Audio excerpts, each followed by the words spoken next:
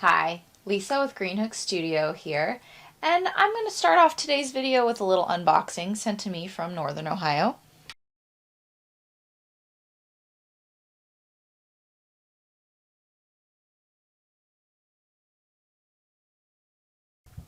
I have a big granny square Afghan to repair.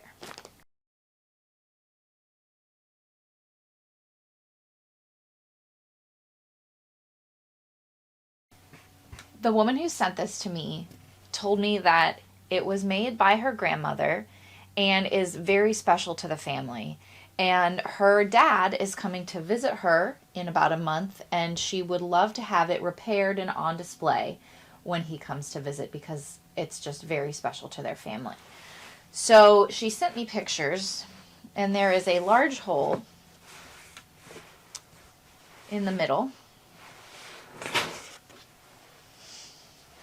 of this large blanket. There it is.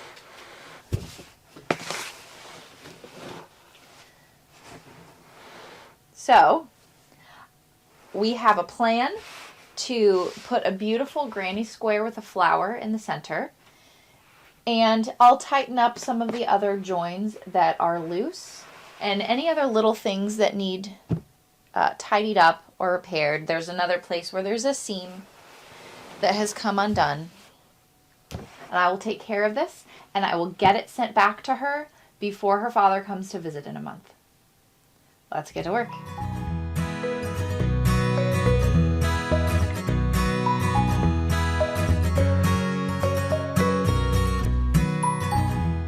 Looking over the blanket, you can see there are a lot of small things that need fixed, but there are a couple major repairs, like this piece right here where it has pulled apart, and this piece where there is just a center of a square missing. So I am going to start with this one because it's one of the quicker fixes. First, I am just weaving in the ends that have worked their way out. I'm going to do this around the blanket. I do not show all of these repairs because that would be boring, but I make sure to weave these ends through multiple times, multiple different directions, so that when they pull, they don't pull all the way out. And then I just trim the tails to hide everything. And I'm going to do that here again and many places all over the blanket, like I mentioned, because in a granny square blanket like this, using so many colors, there are a lot of tails, and a lot of them have worked themselves loose over the years.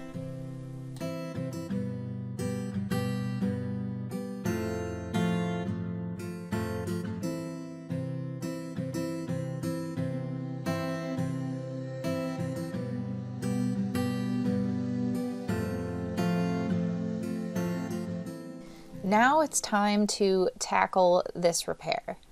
First, I am pulling the loose yarn out of the blue row and seeing how much I have to work with.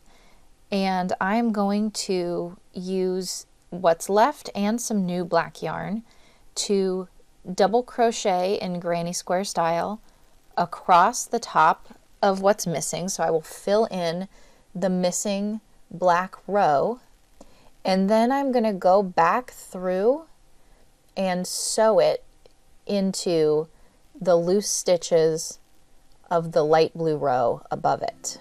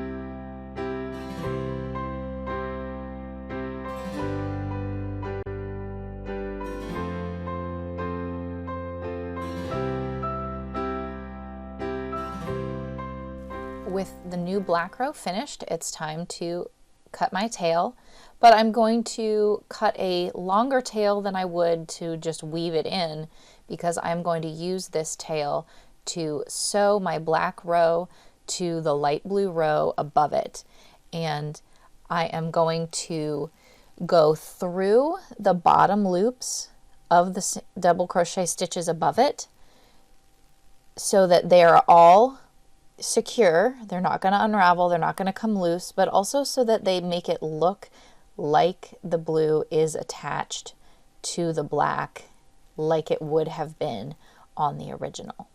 So here I'm making sure to go through the bottom of each double crochet stitch from this previous row. It's a little bit tedious to get through the first time, but it is important to catch all the pieces of the stitches and go through the middle of them. So now that that's through, I will attach it to my row below and then sew it through those stitches a second time to make sure that it's extra secure.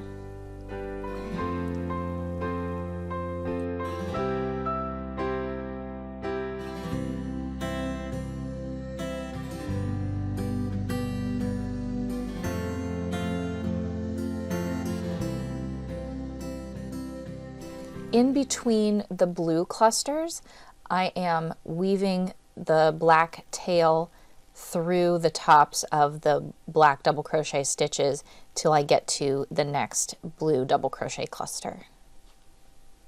And I will just repeat this process all the way across this row.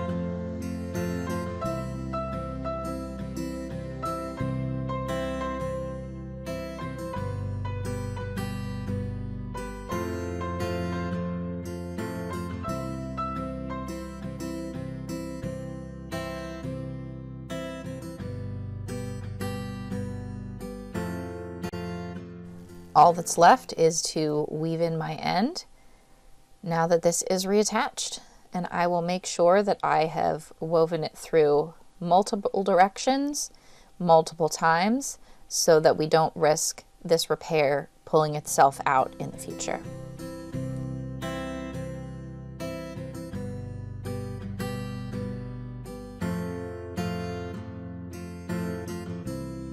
There are multiple joining points in the blanket where the large squares were sewn together, whether it's a seam or a corner, that have also come loose over the years.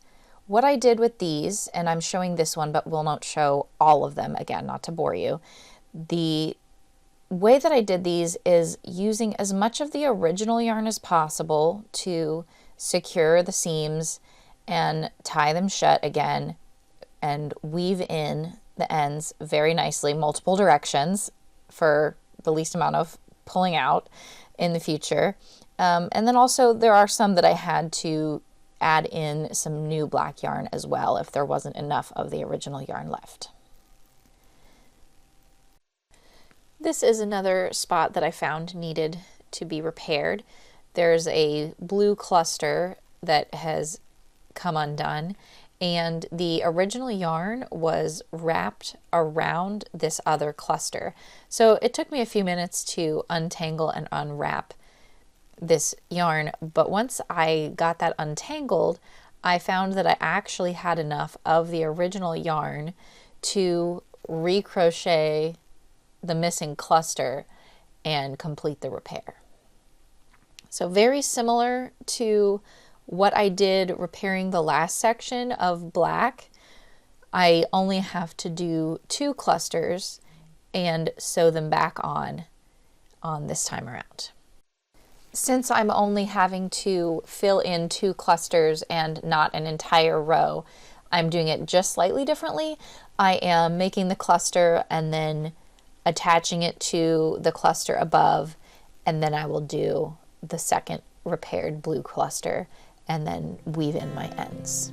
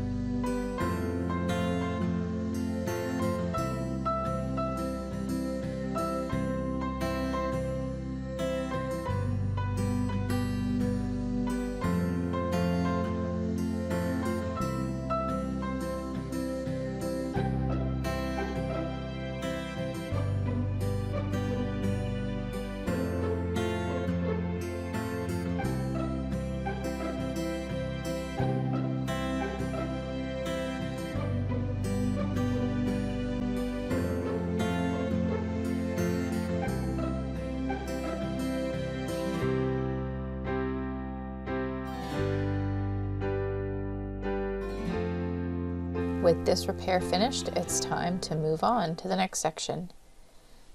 From here, I pretty much just go through the whole blanket section by section to check for any ends that might need woven in, any minor repairs. I wish it went this quickly in real life. It's very tedious to weave in ends and thread your needle again and again and just go back and forth and then put your needle down and trim. But that's exactly what this blanket needed, and I took care of all those loose threads. So here is just a quick power through of me looking through the blanket for anything that needed woven in. As I was going through the blanket, some of the spots that needed a little help were the perfect candidate for my felting needle. Sometimes there were pieces that were just a little bit frayed or ends that were just too short to weave in. I am able to use a felting needle to basically lock them back into place with the other fibers. I do have a felting pad underneath here, and I'm being very careful not to stab myself, even though it might not look like it. This here is one of the other seams that I needed to repair. Just back and forth, a seam repair is one of the easiest and quickest repairs that I get to do.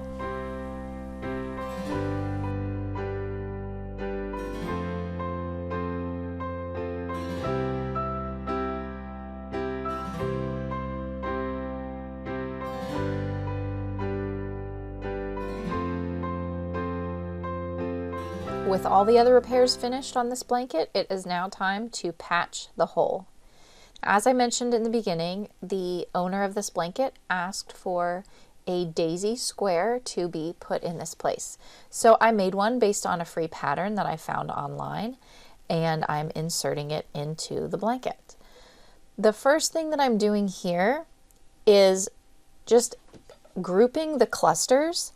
I put a stitch marker in each one so that I won't have as much guesswork to get my needle through all of them every single time, like when I was stitching through clusters in the earlier repairs. And now I am using these stitch markers to clip my new square in place so that everything is lined up as it should be, to make it easier for me to sew it in, to make sure that everything is in alignment. So with everything clipped, it's time to sew it in. And again, I will be sewing it in like I did the first repair of that black strip that needed to be attached to the blue one above it. I am sewing multiple times through the cluster above and then weaving through the green to get to the next cluster, and then I will just repeat this all the way around until my new square is secure inside of this hole.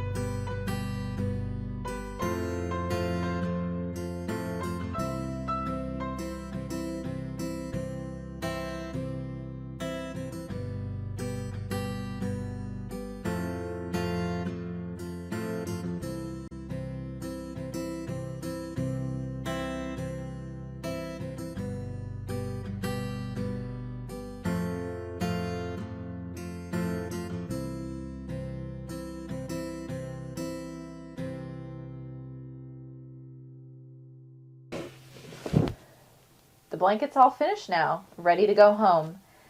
I had it for about a couple weeks while I was chipping away at the repairs, but now it is finished and ready to go. Like I said, I tightened up some of the joins and wove in some of the loose ends from when it was made years ago. And the major repair was this flower in the middle. And I could not be happier with how it has turned out. I am very excited to get it packed up today and in the mail, sent home to its owner. I hope she loves it and that with my repairs, she is able to enjoy it for years to come. If you have something that you would like to see repaired, whether it is crochet, knit, or a stuffed animal, please reach out to me, greenhookstudio@gmail.com. I would love to see if I can help you. Thank you so much for watching, and join me back here real soon for more repairs, tips, tricks, and patterns. Thanks for watching.